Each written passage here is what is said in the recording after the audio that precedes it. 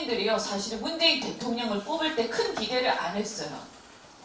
그러니까 저 좌파들이 특히 운동권들이 자기들 자칭 민주화 세력인데 저들이 집권을 할 때 국민들이 뭐 저 사람들이 경제를 그렇게 잘하겠어? 이런 거는 많이 생각을 했어요. 그래서 아주 심각하지 않는 한은 국민들이 경제가 나쁜 거에 대해서는 이게 욕을 하긴 하지만 자기한테 와닿지 않으면 또 별로 신경 안 쓰는 경향이 있습니다. 그래서 이 사람들에 대해서는 어차피 경제는 뭐 크게 기대하지 않았다 어차피 이런 사람들이 있고 그 다음에 이제 아주 타격을 받아서 자기가 직접적으로 문제가 된 사람들은 분노를 하겠죠. 이제 그 계층은 특히 지금 문재인 정권 들어와서 직접적으로 타격을 받은 계층은 자영업자 그리고 기업을 경영하는 기업인들 그 다음에 거기에 중요한 간부들까지입니다. 그러니까 밑에 노동자들이랑 아니면 중간 간부 이하의 화이트 칼라, 블루 칼라의 노동자들은 크게 문제의식을 못 느끼고 있습니다. 그래서 뭐 문제가 있다고는 하지만 뭐 크게 나는 어차피 기대 안 했어 이런 생각들을 많이 하고 자기가 잘리거나 문제가 되기 전에는 남의 일로 생각을 많이 해요.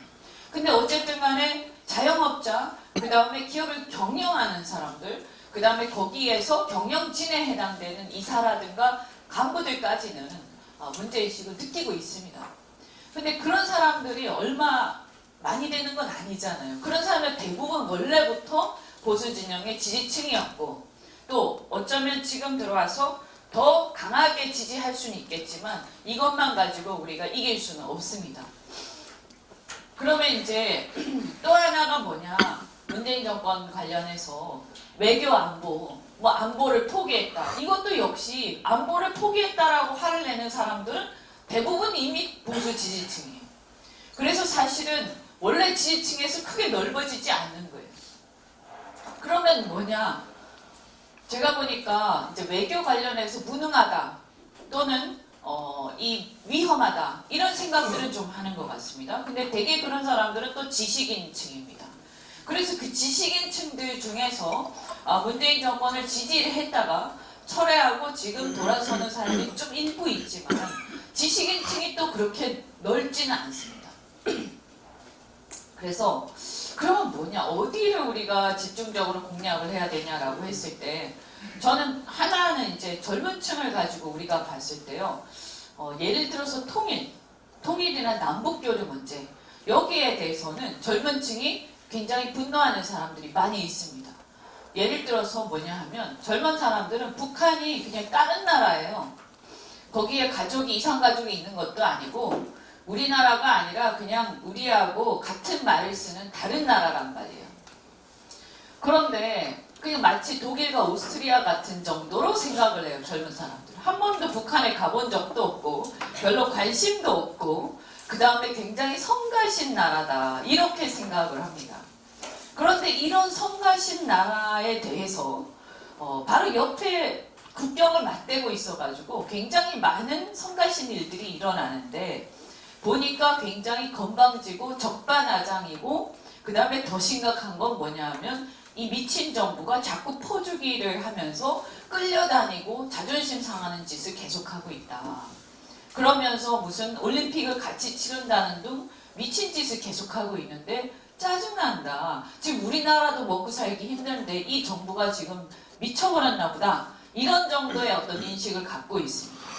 그래서 이제 한 가지가 뭐냐면 저는 앞으로 미래 세대들한테 어필을 하기 위해서는 저는 보수 진영이 이 통일론에 대해서 재검토할 필요가 있다라고 생각을 합니다. 뭐 지금 당장 얘기할 건 아니지만 그래서 예를 들어서 뭐 당장 통일을 하겠다. 아니면 통일을 해가지고 우리가 어떻게 하겠다. 이런 얘기들이 젊은 사람들이 들었을 때 굉장히 비현실적으로 들리고 또 한편으로는 매우 위험하게 들리고 왜냐하면 남북 간의 긴장이라든가 이런 어떤 위험 자체가 통일이라는 걸 전제로 했을 때 발생하는 거라고 생각들을 많이 하거든요. 그러니까 예를 들면 그냥 젊은 사람들 생각을 제가 말씀드리는 거예요. 예를 들면 우리 그냥 다른 나라야. 그러니까 같이 상종하면서 살 이유가 없는데 저게 핵을 개발해가지고 우리를 위협에 위험에 떨게 하니까 그것 때문에 지금 열받는 건데, 그런데 예를 들어서 거기하고 통일을 한다?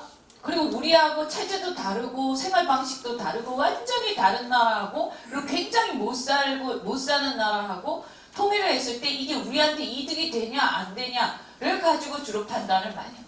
그래서 민주당은, 제가 보면 민주당은 젊은 층의 정서를 굉장히 잘 읽고 있어요. 그래서 뭐라고 하냐면, 통일을 하면 경제적으로 도움이 많이 된다, 이렇게 얘기를 하죠. 평화경제 운운하면서. 그러면 우리 입장에서는 사실 검토를 해봐야 될 게, 이렇게 하는 것이, 교류를 하고 통일을 하는 것이 우리한테 당장 경제적으로 도움이 되는지, 그 다음에 어떠한 위험이 닥치는지, 그럼 우리가 이 통일론을 갖다가 비현실적으로 얘기를 할 게 아니라 어떻게 장기적으로 보면서 현실적으로 우리 국민들에게 안심하고 생명과 안전에 대해서 안심하게 할 수 있는지, 이런 측면에서 우리는 얘기를 해야 되는 거예요. 그래서 국민들한테 저 사람들은 책임감이 있는 세력들이고, 국민들한테 오른쪽 사고 다발 구간입니다. 국민들한테 추상적으로 우리가 통일 운운하면서 이런 게 아니라 현실적으로 우리한테 닥치는 핵 문제라든가 여러 가지 경제적 어떤 압박의 문제라든가 손실의 문제라든가 이런 걸 해서 아주 눈앞에 있는 현실에 대한 얘기를 젊은이들한테 꼭 해야 되는 겁니다. 그래서 어르신들은 보면 통일에 대해서 당연히 해야 된다고 생각을 하시고, 그 다음에 통일을 하는 경우에도 사실은 이제 비현실적인 말씀들을 굉장히 많이 하세요. 그런데 이거는 사실은 젊은 사람들은 굉장히 관심이 없습니다.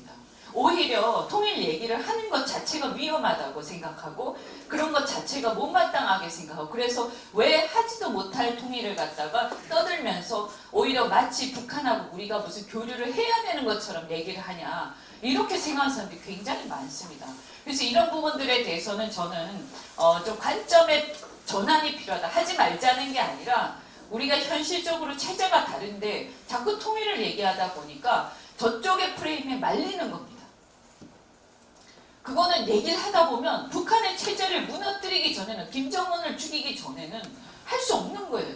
그런데 만약에 자꾸 하자고 하면 그건 연방제, 결국 그럼 현실적으로 연방제 하는 수밖에 없지 않아? 라고 얘기가 되는 거예요.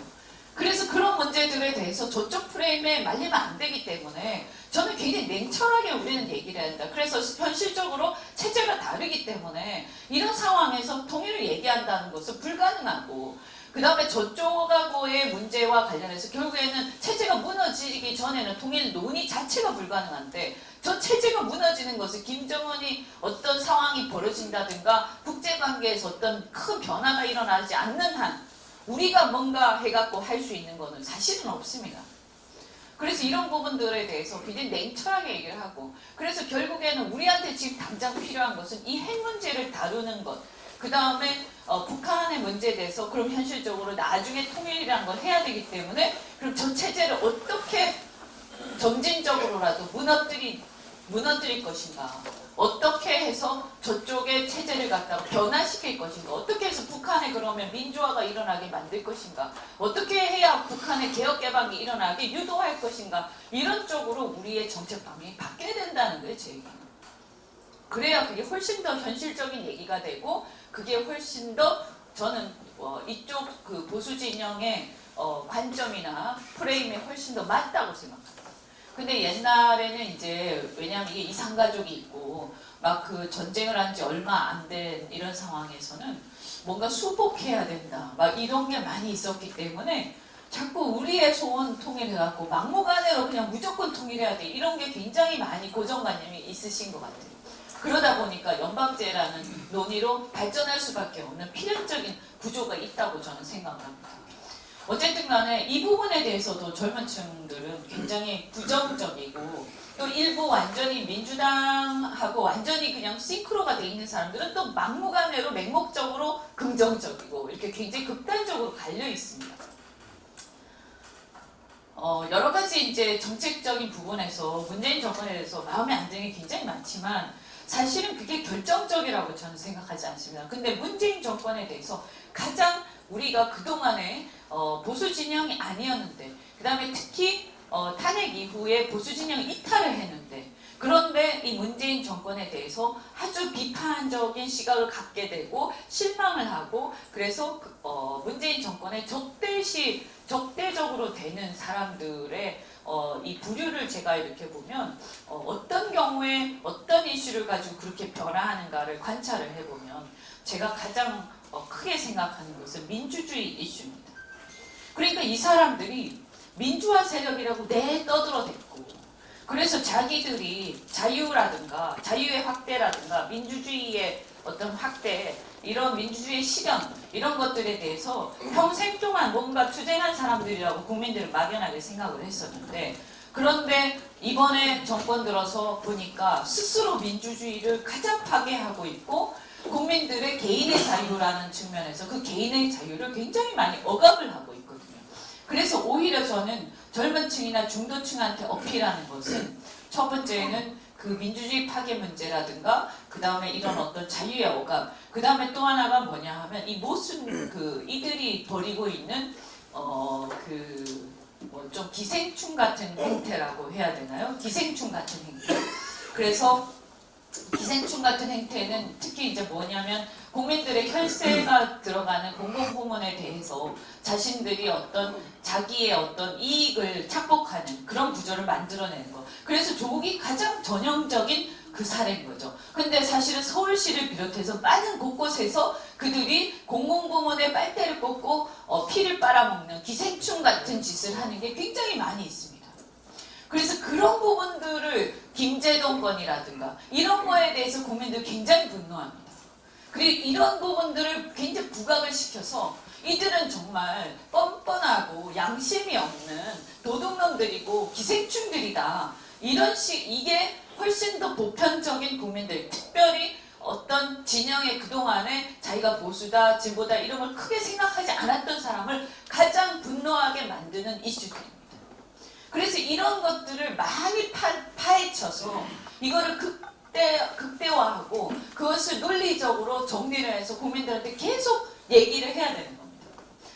젊은 사람들 입장에서 또 뭐냐 하면, 지금 사실은 우린 뭐 좌파 덕재 이런 얘기 많이 하지만 가장 젊은 사람들한테 딱 얘기를 했을 때 갑자기 놀래면서 자각을 하는 이슈들이 뭐냐면, 실제로 보면요, 자, 일자리 문제에 가장 민감합니다. 특히 지금 20대들은.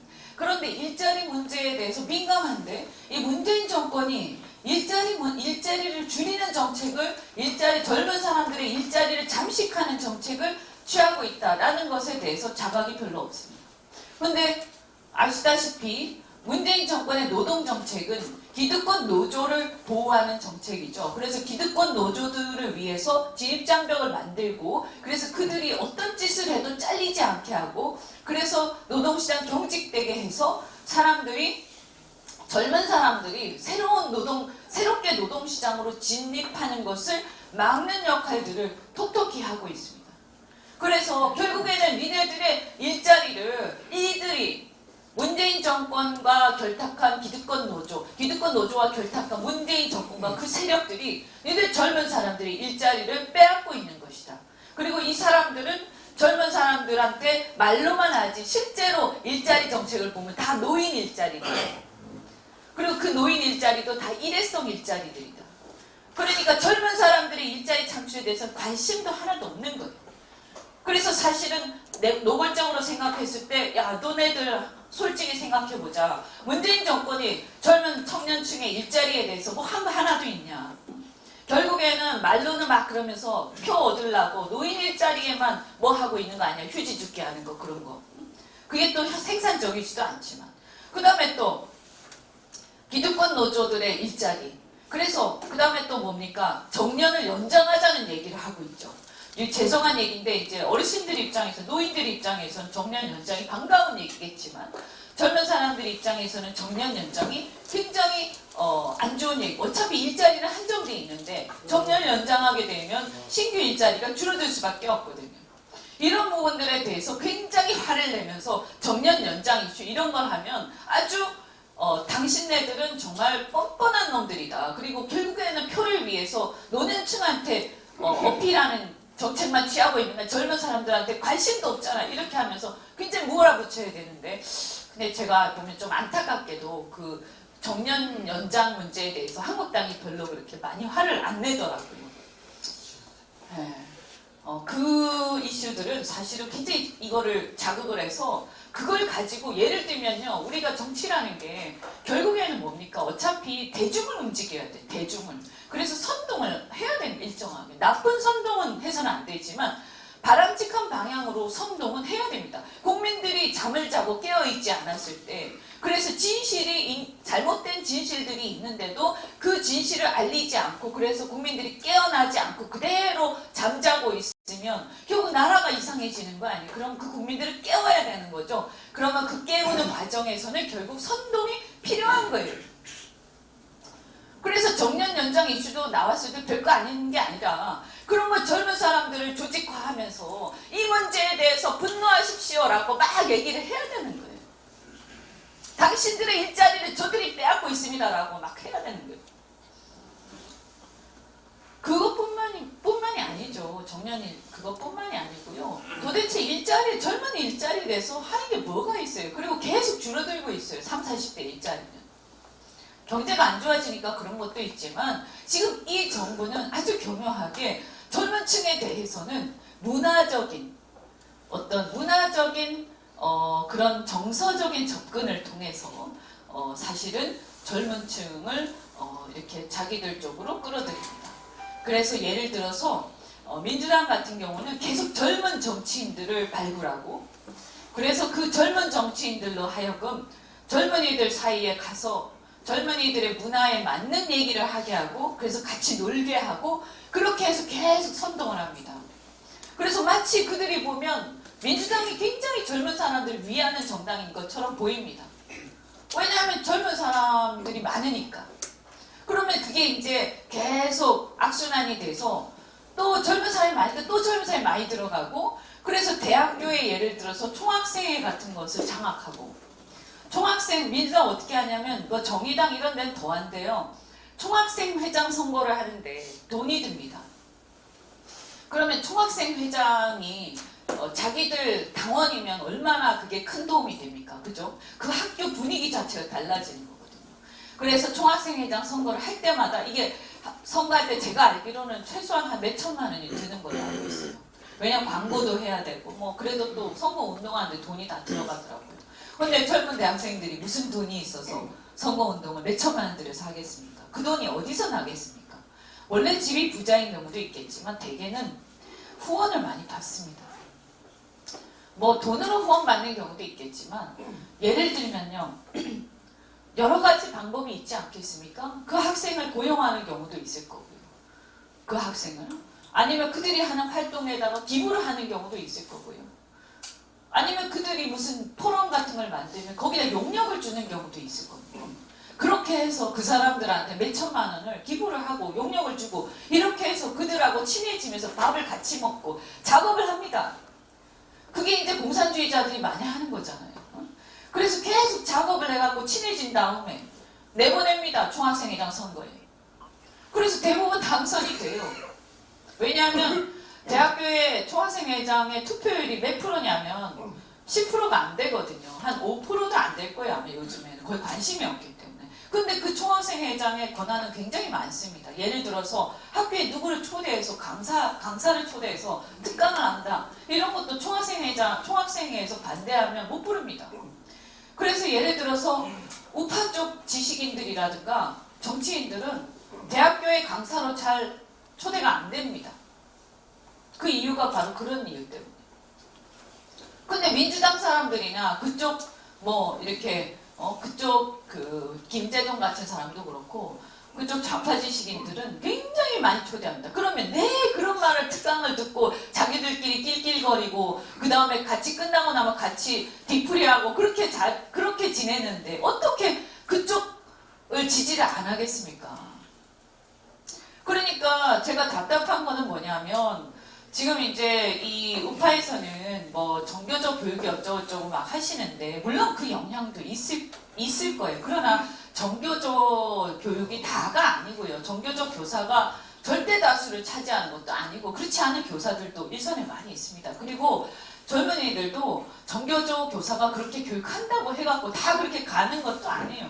뒤에서 다 욕하는 사람도 많고 저 선생님 지 혼자 와서 별짓을 다 하는 이렇게 생각하는 사람들도 많아요.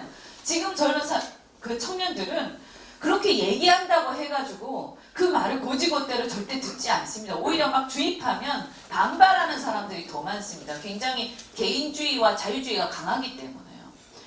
그래서 그런 식으로 문화 자체를 장악해버리는 거예요. 아까 제가 말씀드린 것처럼. 그래서 학생회도 그런 식으로 다 장악하는 거예요. 지금 제가 알기로는 아마 정의당이 가장 많은 것으로 알고 있고요. 학생회, 총학생회 이런 쪽으로는. 그 다음에 이제 민주당이고 자유한국당은 거의 전무한 것으로 알고 있습니다.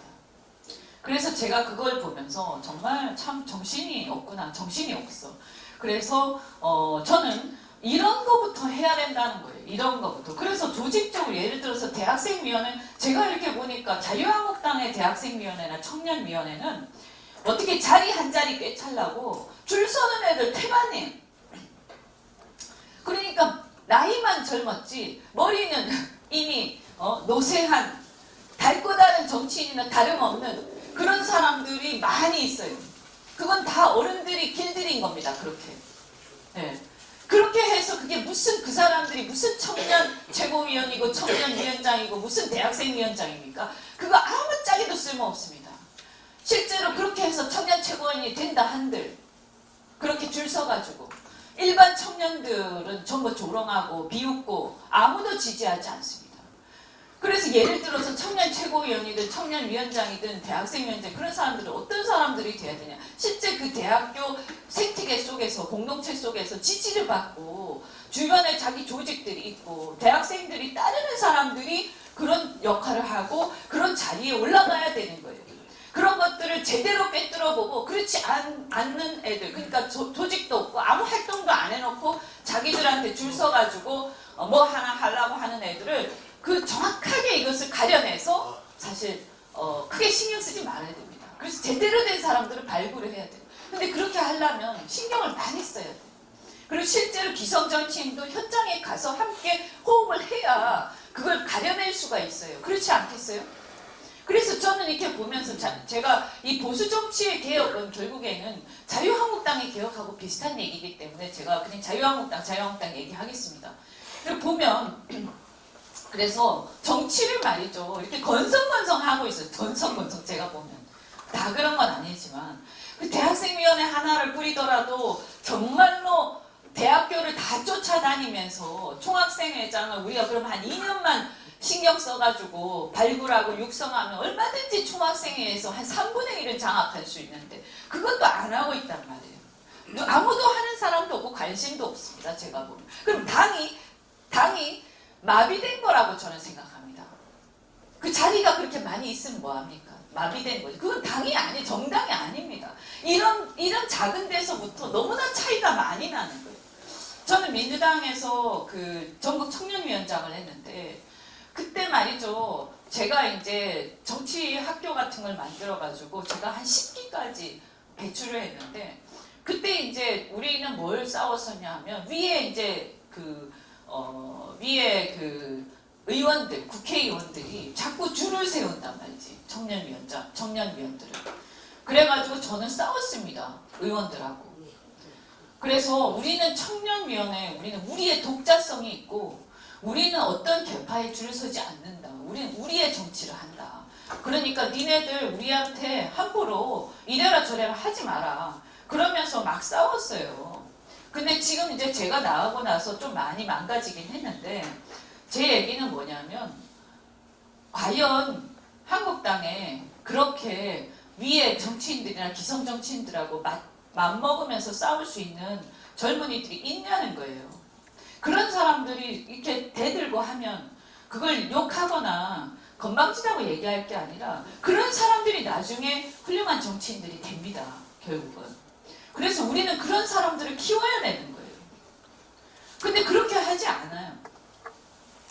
그래서 이런 부분들부터도 굉장히 저는 문제가 심각하다라고 생각하는데요. 어쨌든 아까 제가 이제 통일 얘기를 하다가 옆으로 좀 샜는데, 그래서 어쨌든 이 지금 이제 문재인 정권과 관련해서 가장 일반 사람들이 가장 호응하는 이슈는 민주주의라든가 위선, 그 다음에 양심의 가책이 없이 뻔뻔한 문제들. 그다음 가장 분노하는 것은 기생충처럼 국민들의 재산과 자산을 빼먹는 짓들. 이거에 대해서는 좌우를 막론하고 굉장히 분노를 합니다. 그러면 이거에 대해서 많은 국민들이 분노를 하고 민주당 골수 지지자가 아닌 한은 분노를 모두 다 할 텐데 찐중범 같은 사람도 분노하잖아요. 그러면 그 분노를 할 때 언제 우리의 지지층으로 빨아들이느냐? 그 분노한 민심을 갖다 가장 잘 싸울 때 빨아들이는 거예요. 그러면 그 분노한 사람들의 심정을 가장 잘 대변하고 가장 절실하게 그리고 가장 진정성 있게 그들과 싸울 때, 그래서 아주 악착같이 그 사람들을 갖다 끝까지 처벌하려고 할 때, 그때 이제 사람들이 그래 맞아, 내가 국회의원 같으면 내가 저렇게 했을 거야. 그런데 내가 지금 생업에 바빠갖고 그걸 못하고 있는데 그 열이 뻗쳐서 죽겠는데 저들이 보니까 그래도 국회에 보내놨더니 악착같이 해가지고 어떻게든 처벌을 하네. 이렇게 하면 박수를 치면서 하여튼 야당 자격이 있어. 이러면서 좌파를 지지했던 사람들도 이쪽으로 옮겨오는 거예요. 근데 뭐냐면 시원찮게 싸우면요. 시원찮게 싸우면 이제 저래서 안 돼, 저것들은. 이렇게 되는 거예요. 그래서 이념적인 이념적인 투쟁도 중요하지만 이렇게 도덕적 문제에 대해서는 좌우가 구별되지 않고 사람들이 도덕적 문제에 대해서 분노하기 때문에 그때 잘 싸워야 상대 진영에 있던 지지자들이 넘어온다는 거예요. 그래서 그런 부분들에 대해서는 어떤 느낌을 줘야 되냐면, 저 보수 정당의 의원들이 정말 정의를 위해서 자신을 불사르는구나. 정의로운 사람들이구나. 이런 느낌이 들어야 돼요. 그래서 막 보면 막 정말 막 있는 힘을 다해서 막 공격하고 파헤치고 그 다음에 지독할 정도로 따라다니면서 막 있는 거 없는 거 다 파헤쳐가지고 까발리고, 그래서 저 너무 지독한 거 아니야? 랄 정도로 돼야 사람들이 우리가 저들을 믿고 견제할 수 있는 야당이라고 믿고 맡길 수 있겠다. 이렇게 되는 거죠. 그래서 야당은 반드시 견제할 수 있는 능력이 탁월해야 됩니다. 시원찮으면 안 돼요. 그런데 이제 우리가 이 착각하는 게 뭐냐면, 야당 이 중도 얘기하는 사람 중에 중도의 뜻에 대해서 착각하는 사람들이 있어요. 중도라는 것은 보통 이제 균형을 의미하잖아요. 균형. 그러면 균형이라는 것은 잘못된 것을 바로잡고 지나치게 한쪽으로 치우친 것을 바로잡는 거예요.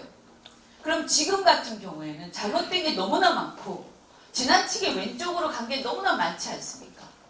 그러면 거기에 대해서 어떻게 해야 중도입니까? 열심히 싸우고 그 문제를 지적하는 게 중도예요. 그런데 우리는 이상한 착각에 빠지는 게 어중간하게 싸우는 걸 중도라고 생각합니다. 그건 중도가 아니고요. 기회주의자라고 부릅니다. 그래서 그 얘기해 주세요. 어중간하게 적당히 싸우다 마는 거는 중도가 아니고 기회주의자라고 부른다. 그래서 균형을 추구하는 사람들이야말로 그 균형이 무너졌을 때 가장 분노해야 됩니다.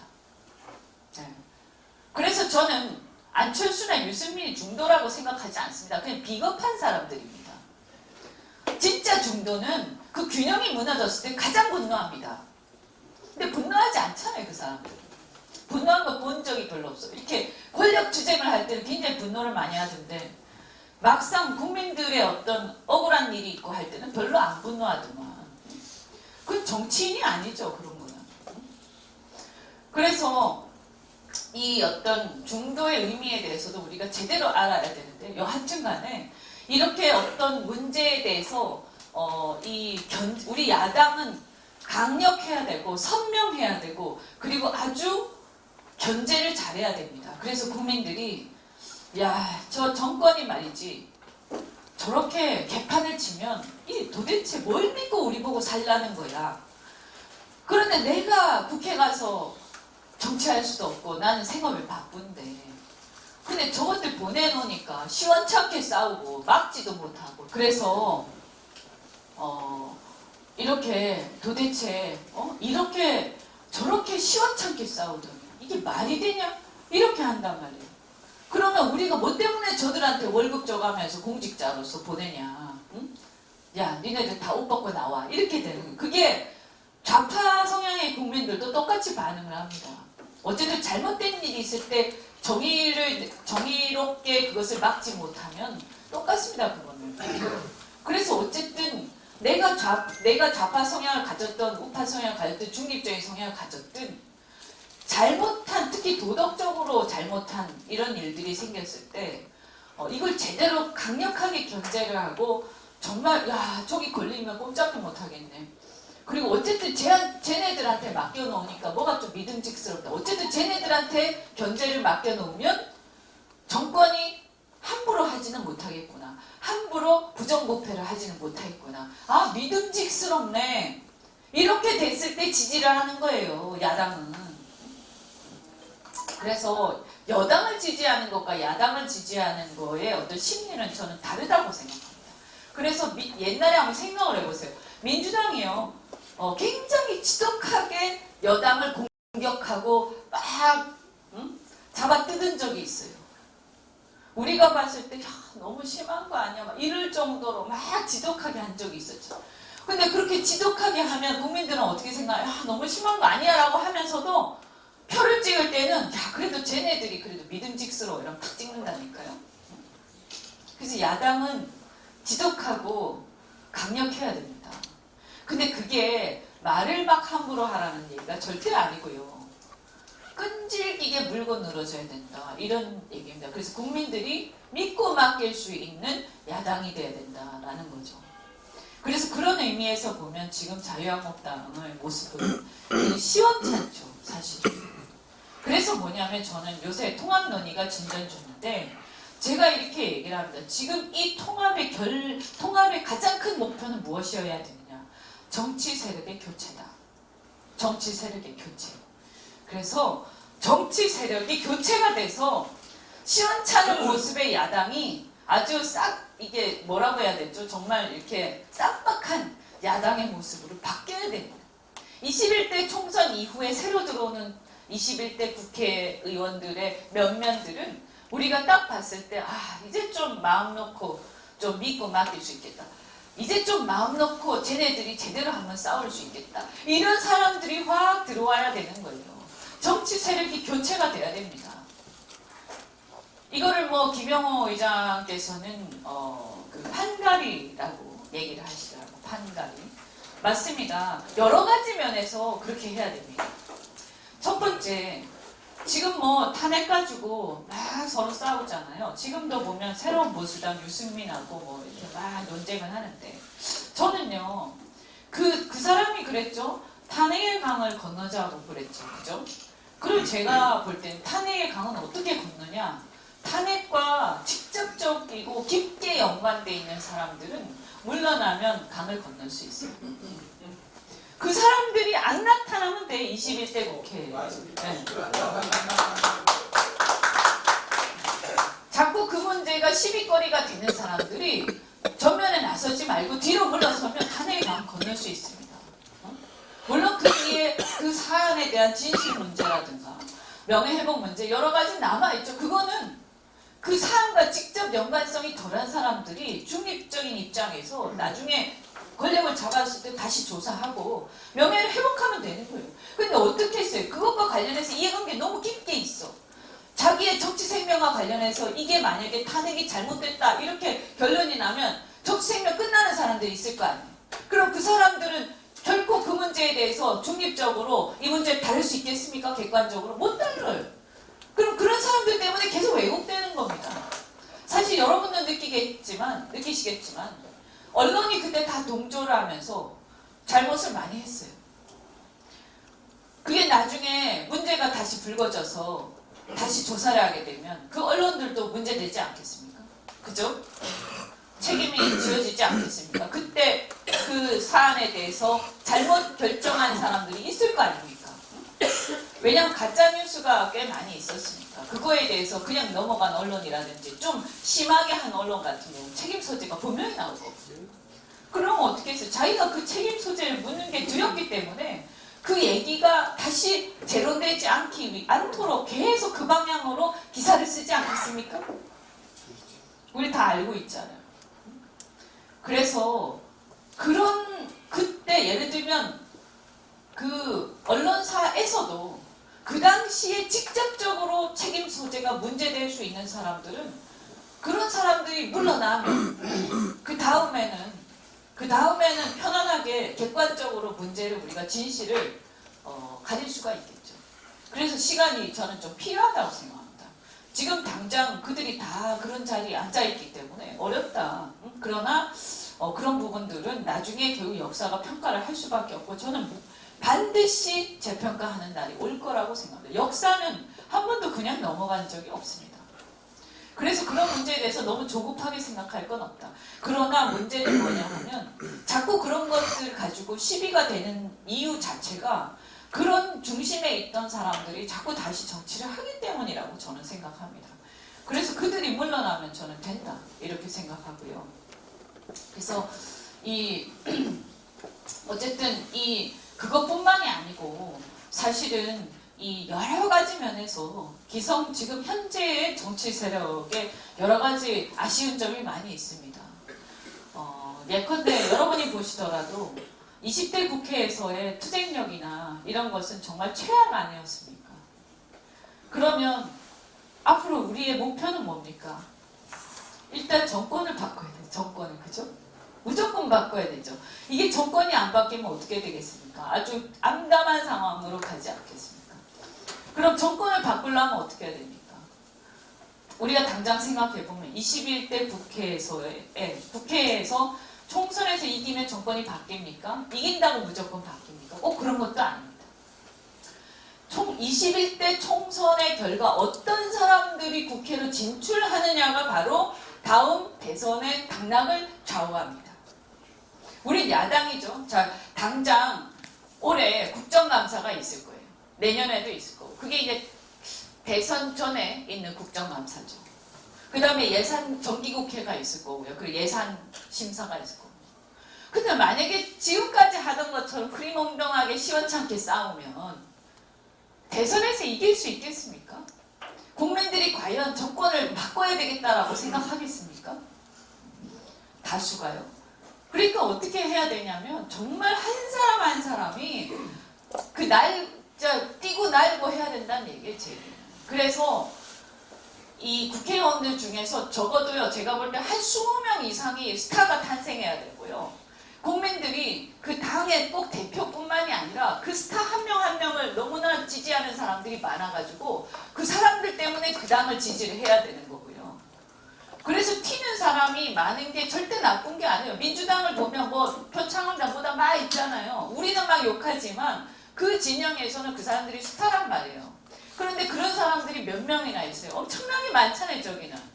한 20명쯤 있잖아요. 우리도 그렇게 돼야 되는 거예요. 그래서 저도 이렇게 나가서 이렇게 강의도 하고 하지만 앞으로 통합이 돼서 신당이 발족을 하면 21대 국회에서 총선 이후에 진입하는 국회의원들은 적어도 이현주 정도 되는 사람들이 한 20명은 있어야 되는 거예요.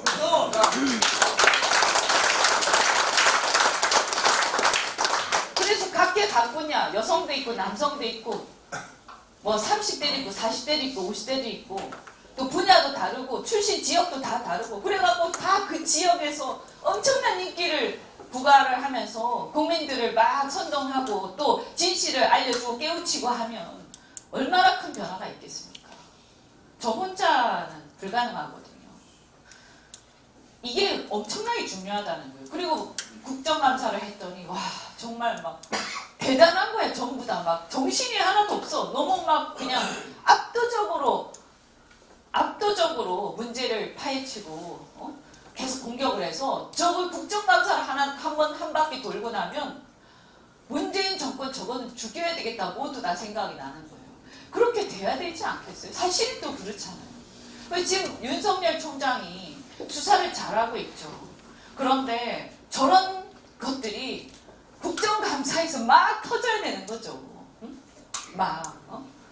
그래서 진짜 막 쫓아다니면서 비리를 캐고 국회의원들이, 그리고 그걸 캐고 나면 진짜 막 항의 방문 막 하고, 그 다음에 기자회견하고, 그 다음에 의회에서만 그렇게 하는 게 아니라 의회에서도 당연히 본회의장에서도 정말 경쟁적으로 연설하고, 집회에서도 각 그 의원들이 연설 한번 하고 나면 그냥 하고, 왜 아직도 의원들이 하고 있어?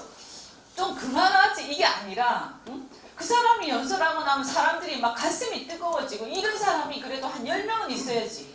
응? 그렇게 해야 이게 정당이고 정치인 거예요. 제가. 그래서 그렇게 돼야 된다. 그럼 뭐냐? 결국 사람을, 정치 세력을 대폭 교체를 해야 된다. 여러 분야의 전문가들이 또 필요하죠. 그런데 경제, 뭐 여러 분야, 외교 안보. 근데 그런 분야의 전문가들 중에서 또 지루한 분들이 있어요. 저는 죄송한 얘기인데 좀 지루한 분들은 좀 가시라. 안 된다. 우린 지금 전쟁 중이기 때문에 안 된다. 제가 공심위원장이면 저는 그렇게 하겠어요. 그래서 진짜 예를 들어서 경제를 한다, 안보를 한다 하더라도 하나하나 있잖아요. 그냥 막 귀에 탁탁 꽂히고 그냥 막 국민들이 세뇌가 되고, 그 다음에 그런 얘기들을 이렇게 딱 하게 되면 아주 논리적으로 말이죠. 논리적으로 그냥 막 막무가내로 막 좌파 독재 이게 아니라 논리적으로 그냥 아주 시원하게 갈겨주고, 그래서 민주당에서 만약에 문재인 정권이 무슨 경제정책 발표를 딱 해. 그럼 발표하자마자 묵사발이 되는 거예요. 하나하나 그냥 잘근잘근 씹으니까. 그렇게 돼야 국민들이 있잖아요. 이 움직인다는 얘기예요. 그리고 그게 아까도 말씀드린 것처럼 야당은 그렇게 할 때 유능하다고 인정을 받는 거예요. 야당이, 죄송한 얘기인데 야당이 대안이 되는 정책을 잘 발굴하고 뭐 민부론 이런 거를 잘 얘기하는 것도 중요해요. 그러나 그거 가지고 국민들이 움직이지 않습니다.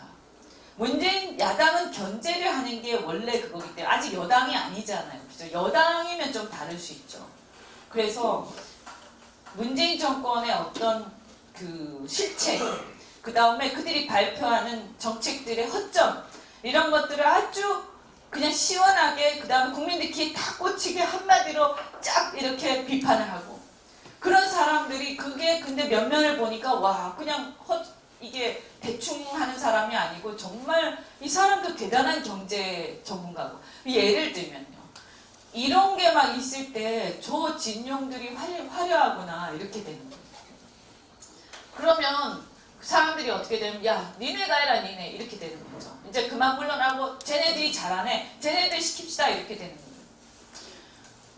선거는요 그거랑 비슷합니다. 선거는 저는 뭐 비유가 적절한지 모르겠지만 축구 시합.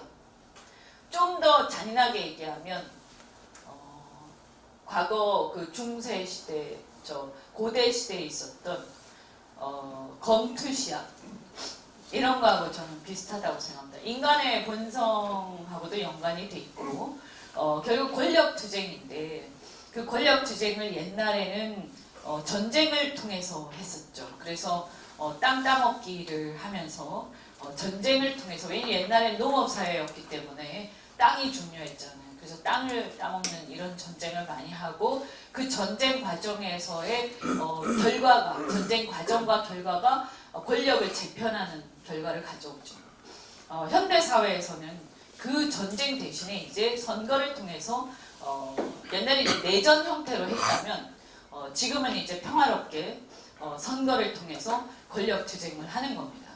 그래서 우리가 평소에는 점잖을 빼면서 얘기를 하다가도 선거 때가 되면 이건 이제 전쟁으로 바뀌는 겁니다. 그런데 그 전쟁이 총칼을 들지 않은 전쟁이 되는 거죠. 권력 투쟁입니다. 본질이. 그러면 총칼을 들지 않은 전쟁을 하는데, 또는 검투 시합 같은 걸 하는 어떤 상황하고 비슷한데, 그럴 때 어떻게 해야 이기겠습니까? 그러니까 그럼 뭘 가지고 전쟁을 하는 겁니까? 총칼이 없는데 말로 하는 거죠. 말로. 정치는 말로 하는 전쟁입니다. 저는 그렇게 생각합니다. 정치는 말로 하는 전쟁입니다. 그래서 말을 통해서 국민들이 이제 그러니까 심판인 거예요. 심판. 국민들이 심사를 하고 있는 거예요. 심판을 보고 있는 거예요. 그래서 양쪽이 말로 전쟁을 하는데 그 말이 어느 쪽이 더 옳고 훨씬 더 공감이 가고 어느 쪽의 태도가 훨씬 더 진정성이 있고 제대로 준비가 됐는지에 따라서 심사를 하고 그 심사한 결과가 투표를 통해서 나타나는 겁니다. 쉽게 얘기하자면. 그러면 우리가 그리고 이제 검투 시합 할 때도 마찬가지죠. 검투 시합에서 어떻게 됩니까? 양쪽이 칼을 들고 싸우는데 무기를 들고. 그런데 어떤 경우에 뭐 잔인한 얘기지만 관객들이 쳐다보고 구경하고 있다가 어떨 때는 이렇게 하고 어떨 때는 이렇게 하잖아요. 그죠? 그러면 원래부터 나는 저쪽 팬이야. 이러면 그 사람은 움직이지 않겠죠. 저는 중도는 어떻게 움직인다? 중도는 이럴 때도 있고 이럴 때도 있는 사람이 중도인 거예요. 우리가 표를 얘기할 때. 아까 제가 균형이라고 얘기한 중도는 하나의 우리가 판단을 하는 기준의 중도를 말하는 것이고요. 균형이라는 것은. 정치 세력으로서의 중도는 세력화되어 있지 않습니다. 진영이 없습니다. 고정되어 있지 않아요. 스윙보터가 중도입니다. 그럼 스윙보터는 어떤 사람들이다? 그때마다 이렇게도 했다가 이렇게도 했다가 하는 거예요. 그럼 뭐겠어요? 싸움을 하는데 한쪽이 너무 잘하는 거야.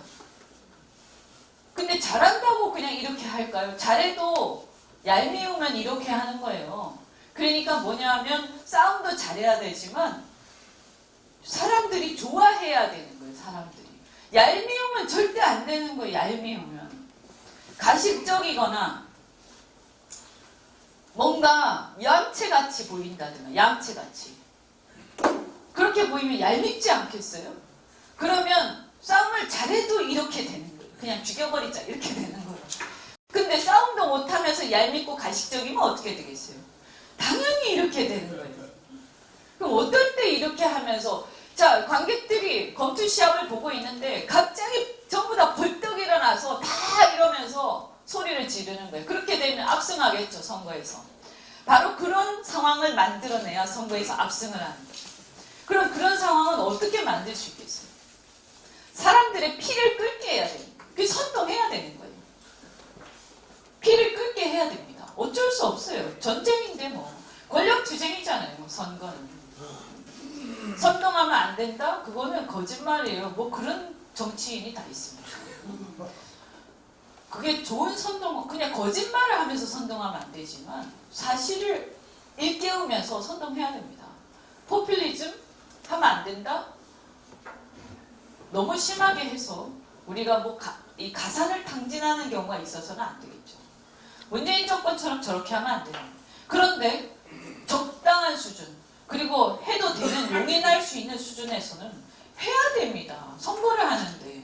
그럼 어떻게 권력을 잡고 좋은 나라를 만들겠다는 거예요? 권력을 잡아서 좋은 나라를 만들려면 권력을 잡아야 되고 권력을 잡으려면 국민들한테 어필을 해야 되잖아요. 국민들이 좋아하는 얘기를 때로는 해줄 수 있어요. 그게 거짓말을 해서는 안 되지만 진실은 더 이렇게 우리가 더 강조해서 국민들한테 어필할 수 있도록 해야 됩니다. 그래서 이제 이렇게 막 뛰는데 우리 축구 시합 봐도 그렇잖아요. 예를 들어서 야구나 축구 시합에서 한쪽 편이 원래부터 그 전력이 세. 지금 현재 그렇죠. 민주당하고 자유한국당 전력이 이쪽이 좀 세잖아요. 그죠? 민주당이 좀 더 세다고 우리가 생각하죠. 근데 전력이 센데 전력이 세다고 항상 축구에서 이깁니까? 옛날에 월드컵에서 보면 우리나라가 피파 랭킹에서 한참 뒤졌지만 우리 이겼습니다. 왜? 그때 사기가 충전했거든요. 사기가 충전했습니다. 홈그라운드라서 그런 것도 있었고 어쨌든 그때 뭔지 모르지만 하여튼 홈그라운드라서 그랬는지 우리 대한민국의 축구 전사들이 아주 열심히 뛰었어요. 여러분 기억나세요? 머리에 붕대 감고 막 뛰고 한 거 피 흘리면서 바로 그런 거예요. 피 흘리면서 머리에 붕대 감고, 그렇다고 꼭 진짜 머리 어떻게 해서 붕대 감으라는 얘기가 아니고, 그런 정도의 투혼이 있을 때 국민들이 객석에 앉아 있다가 벌떡 일어나면서 이렇게 하는 거예요. 그러면 선거를 이기는 겁니다. 특히 마지막 순간에 그렇게 돼야 돼요. 그래서 그렇게 선거를 치르려면 또 사람 얘기가 되는데 어떻게 했어요? 어기적거리면서 뛰어갖고 되겠습니까? 그러면 어떻게 되겠어요? 막 축구 경기를 하는데 선수가 막 어기적거리면서 뛰고 있어. 그럼 사람들이 어떻게 해요? 야 임마 나가라 이렇게 하잖아요. 나가 빨리 교체해 막 하잖아요. 똑같은 거예요. 어기적거리면서 뛰면 빨리 교체해 이렇게 되는 거예요. 근데 교체를 안 해? 저 팀 바꿔버려 이렇게 되는 거예요.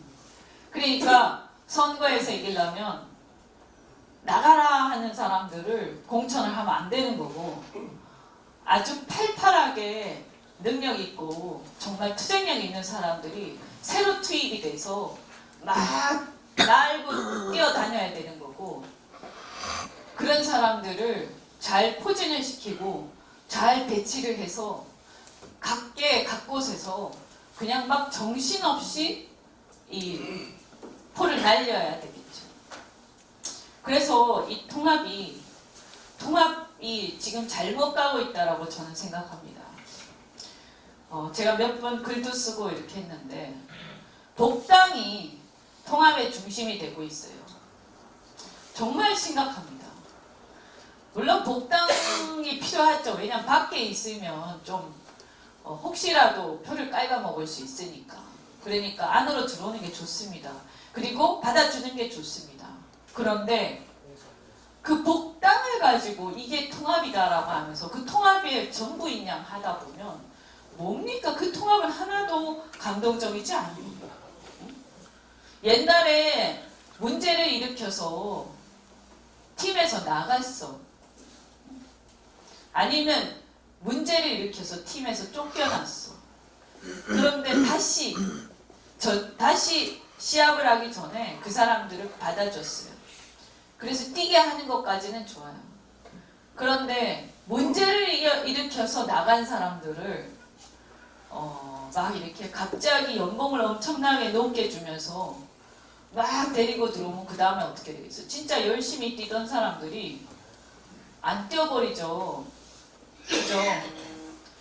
그렇게 하면 안 돼. 그 불공정한 거예요, 불공정한 거. 그래서 지금 왜 복당이 통합의 중심이 되어 있는지 저는 잘 모르겠는데 이 굉장히 잘못된 프레임에 빠져버렸다고 생각합니다. 통합의 그 이슈는 통합의 프레임은 뭐가 중심이 되어야 하냐면 아까 말씀드린 것 정치 세력의 교체가 통합의 이슈가 되어야 됩니다. 그럼 어떤 세력으로 교체될 것인가? 아까 말씀드린 것처럼 탄핵 문제라든가 여러 가지 시원찮게 싸워왔던 문제라든가 이 야당의 기질에 맞지 않는 문제라든가 여러 가지 문제가 있기 때문에 그 다음에 또 비리에 연루된 문제라든가 이런 사람들, 비리에 연루된 사람들이 그대로 있는데 문제를 일으킨 사람들이 그대로 있는데 어떻게 우리가 막 민주당을 악착같이 물고 뜯겠어요. 그러니까 비리에 조금이라도 연루된 사람들은 나오면 안 되는 거죠. 그래서 그런 사람들도 안 되고 탄핵 깊이 연루된 사람도 안 되고 왜냐하면 짜증나 그거 자꾸 싸우는 거 보면서 그 다음에 세 번째 시원찮게 싸운 사람들도 안 돼. 그런 사람들이 나와가지고 싸우면 어기적거리면서 다니니까 국민들이 짜증나서 물병 던지는 사람들도 나오면 안 된단 말이에요. 그래서 그런 사람들 다 내보내고 선수교체를 해야 되는 거예요. 선수교체를. 어떤 사람들로 선수교체해야 되냐. 가능하면 젊은 사람들. 그렇다고 젊은 사람만 꼭 해야 된다는 뜻은 아니지만 어쨌든 간에 뭔가 투지가 있는 사람들. 그 다음에 진정성이 있는 사람들. 싸우는데 가식적이야 막. 응? 뭔가 투쟁한다고 하면서 그냥 막무가내로 계속 몸싸움만 하는데 그 몸싸움조차도 진정성이 없고 이렇게 보면 적당히 카메라 의식해서 딱 하는 게 표시가 안 나요. 그럼 안 되는 그게 국민들이 다 보고 있거든요. 카메라 의식해서 하는 거 이런 거 진짜 꼴보기 싫거든요. 이제는 국민들이 다 알아요. 아, 저 사람 카메라 의식해서 지금 가식적으로 하는구나. 그 다음에 축사하러 와가지고는 행사장 와서 그 행사가 별게 아니면 모르겠지만 정말 절절하게 지금 사람들이 막 그것 때문에 예를 들어서 제3신도시 뭐 이런 사안들이 있는데, 아니면 최저임금 문제 때문에 다 죽어가는 자영업자들이 막 해가지고 지금 행사를 하는데, 그 행사장 와가지고 축사 땡 하고 나서 남 축사도 안 끝났는데 슉 가버려. 그러면 막 열받아서 울부짖던 사람들이 쟤네 뭐야? 이렇게 되지 않겠어요? 이런 행태들도 문제인 거예요. 그러면 어떻게 그런 투쟁과 그렇게 선명하고 투쟁력 있고, 그 다음에 철학도 뚜렷하고, 그 다음에 이렇게 역동적인 사람들을 많이 모을 것이냐라고 했을 때, 저는 그래서 통합은 정치 세력의 교체여야 되는데, 그래서 제가 이제 그런 뭐 꼭 통합을 해야 된다라기보다도 전 처음에는 이제 연대를 할 수도 있다라고 생각을 하고, 어쨌든 이 보수 진영에서 필요한 것은 젊은 세대들을, 젊은 보수들을 상당히 수혈하는 것이다라고 생각하고 제가 전진당을 창당을 한 겁니다. 그래서 뭐 예전에 문재인 정권을 지지를 했다가 지금 생각을 바꾼 사람들도 있고, 또는 원래부터 보수였지만 자기가 보수라고 얘기를 못했거나 직접적으로 어떤 개입, 정치에 관여하지 않았지만 너무나 이게 문제가 되니까 이제는 자기도 나서서 싸워야겠다고 생각한 젊은 사람들도 있고, 그리고 아주 똑똑한 사람도 많습니다. 요즘에 젊은 사람들은요, 아까 얘기한 것처럼 줄 서서 그런 이상한 사람들도 있지만 잘 찾아보면 정말 공부가 많이 된 사람도 많아요. 그래서 정치 철학에 대해서도 자유주의나 이런 보수주의 철학이나 이런 것들이 아주 깊게 자기가 체화되어 있고, 그 다음에 이 삶의 자세도 굉장히 경건하고, 이런 사람, 훌륭한 사람 많이 있습니다. 안 찾아서 그런 거지. 앉아가지고 나한테 와서 줄 서는 사람만 만나면 절대 안 되는 거예요. 다니면서 찾아야 되는 거예요. 그래서 그런 사람들을 잘 발굴을 하고 이런 훌륭한 젊은이들을 정치권에 반드시 수혈을 시켜야 되겠다라고 생각하고 전 전진당을 만들었고, 근데 나이가 젊은 것만 가지고 되는 건 아니죠. 저희가 이제 하면서 저희가 창당을 하면서 거의 뭐 기록적으로 우리가 한 달여 만에 창당을 다 끝냈는데, 다음 주 정도면 우리가 전국에 한 10개 넘는 지도당이 다 창당입니다. 그런데 그래서 당원만 해도 뭐 거의 이제 다음 주 정도 되면 한 2만 명 이상이 될 것 같은데, 우리가 이게 서로 통합이 되더라도 저는 그 사람들은 매우 의미 있는 당원들이라고 생각을 하고요. 그런데 이런 이제 우리가 창당을 하면서 처음에는 젊은 사람들만 딱 했더니 진도가 안 나가는 거예요. 왜냐하면 경험이 없으니까. 그래가지고 하다못해 이제 고민하다가 자유한국당 최고위원 하시던 분, 그다음 바른미래당 최고위원 하시던 분 중에서 조직을 하던 사람들을 저희가 영입을 해서, 그래서 이제 같이 하기 시작했는데, 그분들의 노하우와 그 다음에 우리의 열정이 만나니까 엄청난 시너지를 발휘를 하더라. 그래가지고 한 달 만에 다 해치웠어요, 이거를. 사람들 말로는 YSDJ 이후에 처음 있는 초고속 창당이라고 하던데, 그러니까 형식적인 창당 말고 제대로 한 창당으로서는 그게 처음이라고 하더라고요. 이런 것처럼 제가 이렇게 보면서 이런 조화가 굉장히 중요한데, 그래서 연세가 드신 분들도 만약에 능력이 있으면 계속 해야 된다고 저는 생각을 합니다. 그리고 또 하나가 뭐냐면, 민주당하고 한국당 또 보수정당하고 차이 중에 하나가, 한국당은 시민사회에서 이 투쟁한 사람이 거의 없어요. 그러니까 거의 정치나 이 어떤 사회 문제하고 무관했던 사람들이, 그냥 자기 일 열심히 하면서 출세했던 사람들이 갑자기 뿅 하고 어떤 인연에 의해서 정치권에 진출하는 경우가 굉장히 많더라고요. 뭐 그런 사람이 하나도 없어라라고 말할 수는 없겠죠. 근데 그게 다더라고요, 보니까. 그래서 문제가 심각한 거예요. 제가 이 비교를 해보면 이 민주당이나 이쪽 진영은 대부분이 이미 투쟁을 하던 사람들입니다. 그렇게 해서 올라옵니다. 그래서 예를 들어서 민노총도 마찬가지죠. 민노총에서 노조위원장하고 거기에서 각 분야에서 자기들 잣대로 뭐 한국노총이든 뭐든 거기서 막 치열하게 하다가 거기서 올라온 사람들이 당의 노동위원회에 들어옵니다. 당의 노동위원회. 그래서 노동위원장이 되고 노동위원회 정책대의원들이 다 됩니다. 근데 그게 너무 심각해서 지금 민주당은 문제가 지금 되고 있지만 여하튼 저쪽은 저렇게 하는데 여기서는 그렇게 안 할 수가 없지 않습니까? 그러면 여기도 마찬가지인 거예요. 여기도 예를 들어서 우파 성향의 시민사회나 그 다음에 민생 세력들이 있을 거 아니에요. 예컨대요. 제가 이런 얘기를 했어요. 제3신도시 대책위원회 이런 게 있어요. 그죠? 그런데 그게 전국적인 조직이에요. 근데 완전히 반문재인 정권이에요. 근데 그 사람들은 특정 정당의 지지자가 아닙니다. 그럼 예를 들어서 그런 사람들을 조직화해서 그 사람 예를 들어서 당에 제3신도시 대책위원회 같은 걸 만들고 그거를 아무나 임명하는 게 아니라 그 조직의 상당수를 갖다가 흡수해서 이쪽으로 옮기는 거죠. 조직화한 다음에. 그러면 그 조직을 장악하게 됩니다. 나중에는. 그런 식으로 해서 하나씩 잠식해 들어가야 되는 거거든요. 일반 조직들은. 그래야 확장이 되는 거죠. 그런 것처럼 저는 이번에 통합은 그렇게 돼야 된다고 생각합니다. 그래서 전진당은 이제 젊은 세대들을 규합해서 하는 의미가 있다라고 한다면 제가 이번에 통합을 할 때 전진당만 할 게 아니라 우리 전진당이 시민사회를 규합을 남은 시간 동안이라도 최대한 해서 그리고 원래부터 그 시민사회 구성원들이 한국당 지지자일 수도 있겠지만 그럼에도 불구하고 바깥의 매각으로 머물러서 당에 관여하지 않았던 사람들이 이제는 전부 제도권으로 들어가자. 왜냐하면 국가가 비상사태니까. 그래서 제도권으로 다 들어가서 당이 하는 문제들에 대해서 때로는 의견도 내고 그렇다고 해서 전부 출마하고 이럴 수는 없겠지만 출마자를 결정을 할 때도 정말 이렇게 예를 들어서 그동안 하나도 뭔가 헌신하지 않았던 사람들이 단지 누구랑 친하다는 이유만으로 그래서 얌체처럼 들어와가지고 지금 이 귀중한 상황에서 한 의석을 차지하고는 있는 둥 없는 둥 하면서 존재감 없이 4년을 내버릴 경우에는 얼마나 아까운 일입니까? 누구보다도 먼저 헌신하고 투쟁하고 또 그 사람이 제대로 된 생각을 갖고 있고 그렇게 해온 사람들이 최소한 제가 볼 때 50% 이상 들어가야 된다. 그렇지 않고서는 이 나라를 절대 구할 수 없다고 저는 생각합니다.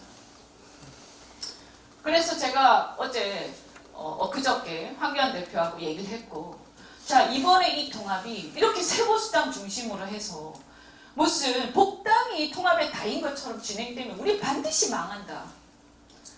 그리고 이 통합한 뒤에도 계속 싸울 거다. 이게 무슨 통합이냐. 무슨 감동이 있냐.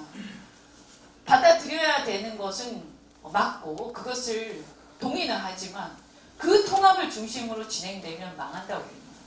그래서 이번에 또 다른 한 축의 통합은 전진당이 시민사회를 규합을 해서 이 우파 시민사회, 그 다음 민생 시민사회, 그리고 기존의 군소정당들, 우파 성향인데 사실은 군소정당 뭐 많이 있잖아요. 뭐 새벽당도 있고 뭐 많이 있잖아요. 그런데 이런 당들이 다 흩어져 있는데 이거 왜 흩어지냐? 전부 모으자. 그래서 큰 하나의 어떤 대반문합을 만들고 그 중에서도 특히 투쟁해온 사람들 그런데 그 안에서 투쟁을 했는데 스펙도 괜찮고 외모도 괜찮고 여러 가지로 정치적 자질이 있는 사람들 우리가 추천을 해서 제도권 안에 집어넣고 그리고 그 제도권 안에도 꼭 출마하는 게 아니더라도 각종 위원회를 만들어서 그 위원회 안에 시민활동을 하던 사람들이 들어가고 그래서 예를 들어서 연세 드신 분들은 자신들이 직접 뛰지는 않더라도 그런 자질이 있는 젊은이들을 추천하고 우리가 그렇게 해야 당이 바뀌지 않겠습니까? 이번 통합의 가장 큰 핵심은 체질 개선이에요. 체질 개선. 세대 교체와 체질 개선입니다. 이게 돼야 이 통합이 성공하는 거예요. 근데 그냥 도로 새누리당 그리고 무슨 탄핵 가지고 계속 싸우는 그 사람들 도로 들어오는 게 무슨 대단한 통합이에요. 절대로 실패합니다. 맞습니다.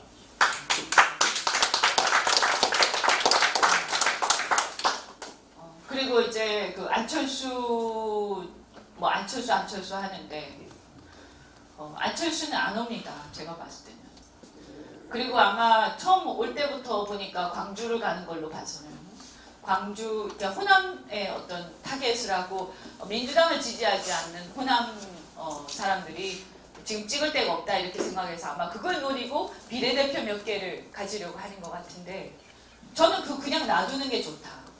네. 왜냐하면 민주당 표를 잠식할 거니까. 어차피 지금 짧은 시간 동안에 우리가 호남을 다 변화시키기는 어렵습니다. 효율적이지도 않고. 그것을 좀 중장기적으로 우리가 계획을 짜고 전략을 짜서 총선 끝나고 대선 전략으로 해야 된다. 우선은 뭐냐 하면 집토끼를 단단하게 결집시키고 그 결집된 힘을 통해서 아까 얘기한 것처럼 시합에서 정말 역동적이고 시원찮지 않고 이 아주 믿음직한 그런 모습을 보임으로써 외연을 확장하는 것이 저는 더 맞다고 생각하고요.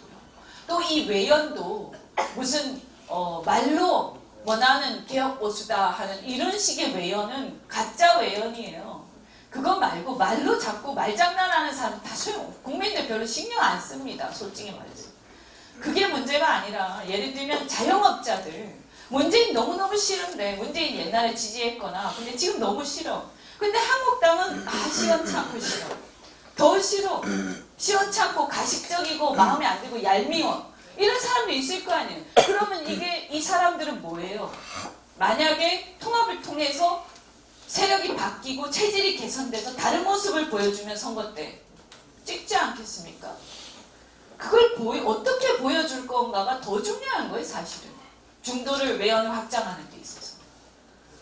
그래서 통합을 할 때도 어쨌든 자영업자 세력이라든가 제3신도시 반대 세력이나 이런 것들로 그 팀이 그대로 들어올 수는 없겠지만 소상공인이나 그러나 그들 중에서 정말 붕괴하는 사람들한테 야 우리 통합신당 하는데 당신들 여기에 그냥 제도권 안에 다 들어와.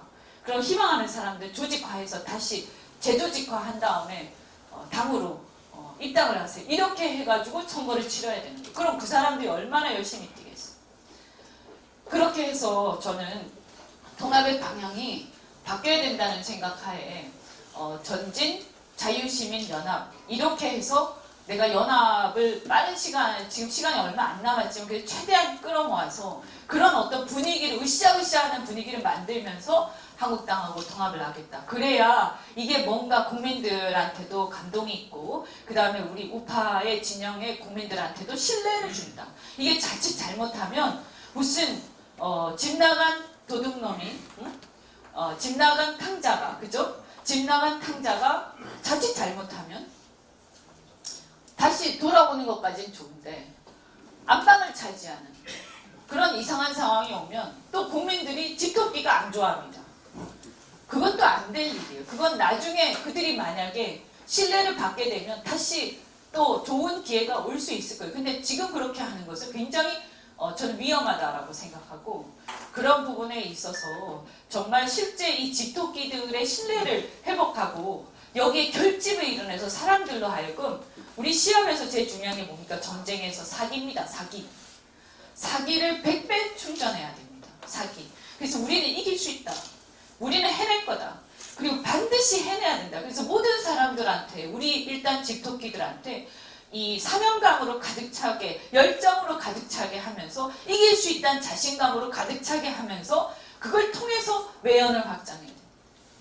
시간이 얼마 안 남았는데 뭐 하여튼 한 2월 초 정도에는 통합선언을 해야 될 것 같습니다. 그래서 그 안에 저희는 이제 국당 출신 중에서도 안철수하고 같이 안 가고 통합에 참여하고 싶다고 하는 많은 위원장들이 있어서 그들도 다시 규합하고 있고 군소 정당들 중에서 우리도 통합에 참여해서 힘을 조금이나마 보태고 싶다 하는 사람도 얼마든지 우리 받아서 통합에 참여하도록 할 생각이고 그리고 시민사회도 어차피 많이 지지를 하겠지만 그래도 이게 규합이 돼서 이 덩어리가 커졌을 때 그럴 때 이 복당이라든가 이런 차원의 통합보다 훨씬 이쪽의 민심이 훨씬 더 크다는 것을 보여줘서 저는 이 통합의 방향을 비중을 좀 바꿀 필요가 있다고 생각을 합니다. 그래서 그동안에 좀 열심히 해보려고 하는데 한 2주 정도 남은 기간 동안 여러분께서도 그냥 우리는 그냥 바깥에 있는 세력이니까 정치적으로 우리는 크게 신경 안 쓸 거예요. 그리고 개인적으로는 다 어차피 그 보수당 지지하잖아. 이게 아니라 그래도 우리도 통합에 참여하자. 우리도 제도권에 들어가자. 그래서 한 명이라도 더 창준위원으로 참여를 하셔서 이 창당되는 신당의 색깔이 정말 이상한 방향으로 가지 않도록 여러분이 참여를 하셔야 됩니다. 잘 좀 부탁드립니다. 고맙습니다. 고맙습니다. 자, 이현주 의원님의 역시 그 사이다와 같은 발언들 강의 들으셨는데요. 시원하셨죠? 자.